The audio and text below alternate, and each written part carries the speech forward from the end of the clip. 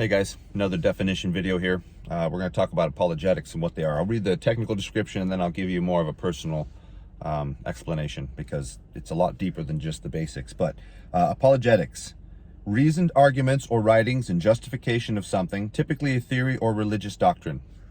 So some people you'll hear a lot of political apologists. You'll see a lot of free market apologists, people basically telling you all the reasons why something is good and defending its stance and its character relative to somebody's perhaps negative opinion. This also greatly applies, as it says, to religion, but more specifically, actual apologetics in regards to God is defending the Bible and the Word and how it's understood and the way that it should be viewed in the life of a Christian, really towards unbelievers as well. But the Bible is gobbledygook to unbelievers, right? So spending too much time defending the Bible to an unbeliever is generally, not always, but generally fruitless. And the reason I say that is again, they're going to tell you all kinds of nonsense. They're going to say it contradicts itself, or it's hard to understand, or it doesn't make sense, or blah, blah, blah, blah, blah. They're going to have all these reasons why they discount it out the gate, but it's because they've already discounted its creator and therefore are not willing to give it any credence. So that being said, there's some people out there that are like archaeological expeditionists that want to go out and dig up like King David's tunnels in Israel and all this stuff. And truth of the matter is, modern day Judaism is a gigantic group of unbelievers is what it is. And they'll accept certain parts of the Bible, specifically the Old Testament, because it kind of plays into their understanding as being like still in that favored position, even though they gave it up when Christ died.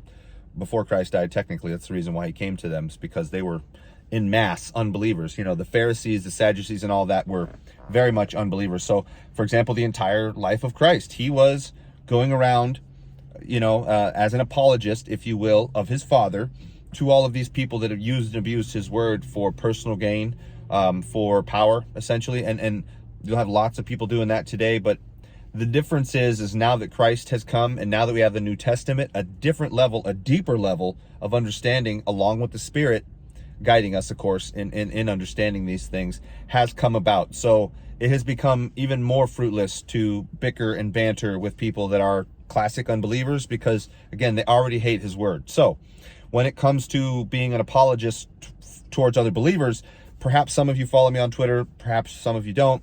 I am, just like I am in these videos, very much against pre-tribulational rapture. I think it's one of the lesser issues out there. I think the bigger issues are church membership as a requirement for salvation, because you guys have probably heard many times over, likely, that Christianity is the largest or the second largest by numbers religion in the world. That's actually a load of horsepucky. And the reason I say that is because they're including things like Mormonism, Jehovah's Witnesses, and Catholicism, which is a massive religion. They actually consider anybody that was sprinkled by water under their strange version of cultist baptism, that's what it is, it's cultist, as believers. So technically I was baptized as a Catholic when I was like this big. No, not Catholic, never have been, never followed it, never believed it. There was a while where I was just like, well, everybody in my family's Catholic, so I guess that's what I am. But the truth of the matter is actual adherence versus people that are just sprinkled with water when they're babies and don't remember, very, very different story. But the majority of Catholics that I have ever met are very prideful, very earthly, very liberal, and very not saved. And the reason is they think that their membership in that church makes them saved. So every now and then I will get into it perhaps with a Catholic and let them know that as long as they hold on to any of those church doctrines, the writings of the popes, any of that stuff, they all consider that to be required to be accepted for part of salvation along with membership. So every now and then I will give them a little bit of my time, but the general gist, at least in my experience, is they're exceptionally hardened. They are arrogant and think that their church is just somehow, the word Catholic used to mean universal. It still technically does, but there's nothing universal about that church. It is universally a damned institution and a cult. That being said, I'm also very much against once saved, always saved. And the reason is there's many words, actual verbiage in the Bible that points to that being nonsense. That doesn't mean that we're not secure as long as we believe. That is absolutely the case. And that also doesn't believe that those who are drawn to him eternally are not his and kept in his hand because of the design of the Father's plan. That is all absolutely true. But when he's saying those things, he's speaking from the position of God and knowing beginning to end. And he's completely capable of saying those things because, again, he knows beginning to end. But he also told us about the third seed, right? The one that believes for a little while, but when times of trouble come around and they have no basis in what the word says, in other words, they have no defensive tools against the devil and other sinners and all the nonsense of life, so they just basically choose to leave him. That word is apostasia, apostasia. So postasia, posture, is where you're affixed. It's the direction that you're aimed in, right? So if you're in a position of apostasy, that means the opposite of proper posturing. You are literally turning your back against the way that you used to be. It is literally synonymous with divorce, and this is me being kind of an apologist to you right now, explaining the fact that although, yes, we are saved as long as we maintain our faith, and if the Lord has called us, we're absolutely his. In this life, in this flesh, because we can sin, 1 John 1:9, we can still sin in this flesh, we have the ability to divorce him. That's also why we're called the bride. Yes, we are permanently and eternally married to him the moment we have our new bodies, and we never have a desire, need, or capacity to sin ever again, not in this life. This is still a battle while we're here. There's many reasons for that. Check all my other videos about that, but I am very much a strong apologist against pre-tribulational rapture because it's nonsense. Even the verses that they use to prove it actually say that believers of this type, this generation, will be here when he returns, which means there is no rapture or harpazo or taking until the very end of the tribulation. I will scream these things till my dying day. What they're doing, these two issues, once saved, always saved, and pre-tribulation rapture, it's just making everybody comfortable and calm and warm and not really see a need to read any of the old times prophecies. But in and of itself, guys, one way to look at that apologetically is that it's extremely offensive to God. Why would he give us all of these, first off, examples of all these believers that went through hell, that were actually drugged through tribulation, protected by God, blessed amazingly, and then the ride is over?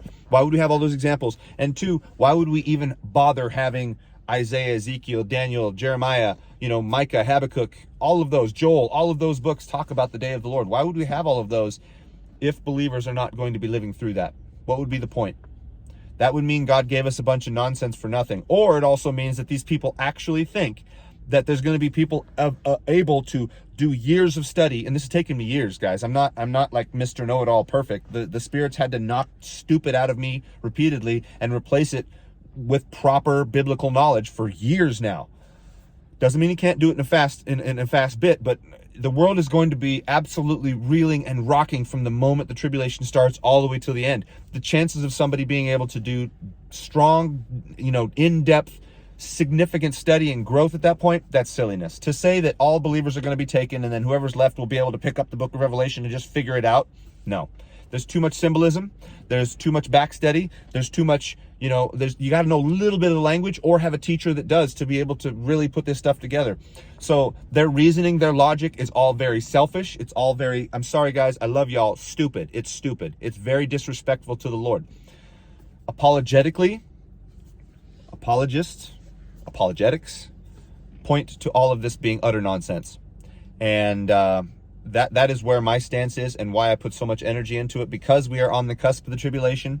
Once saved, always saved. You know what that means? A bunch of people are going to make it in. They're not going to do any significant growth, and they may hold on to their faith all the way up until somebody hands them a mark and tells them they have to take it. Well, they're going to go in the back of their minds, I'm saved no matter what I do. It's totally fine. There's plenty of people that are going to do that. Absolutely. I'm sorry for this makes me angry. But I think apologists have to have a certain amount of gusto and a certain amount of bravery when it comes to doing their job. Look at Paul. Paul was willing to literally risk everything all the time. He even risked the 12 hating him, the 11, I guess. He went and got in Peter's face and told him all of the evil, dumb things he was doing regarding Torah observance. By the way, I'm also very much against any kind of Torah observance. I think that is an absolute ploy of Satan to get people back under the law. And the moment that they believe they need the law to be saved, they are unbelievers. And they're asking for God's judgment. Some people do fall back in line and become faithful again and push that to the side, but it's a very, very small amount of people. Legalism is a heck of a drug. It makes you feel good about the things that you're doing, when really we should only be feeling good about our position in Christ and perhaps the good work he did through us, not what we have done on our own. It's our submission to him that makes the difference. And then he does all the work. So that's apologetics, not quite a nutshell. It's about 10-minute long video, but there's a lot to it. Apologetics is defending the word. Apologetics is defending what it actually says. Apologetics is standing up to people that keep teaching nonsense to other believers out of desire to look cool, be cool, whatever. You guys notice there's a lot of Christian channels on here on YouTube. Most of them believe in all of these things, or at least 2 out of the 3. Most believe in the pre-trib rapture, and they believe in once saved, always saved. They are liars and they're fools.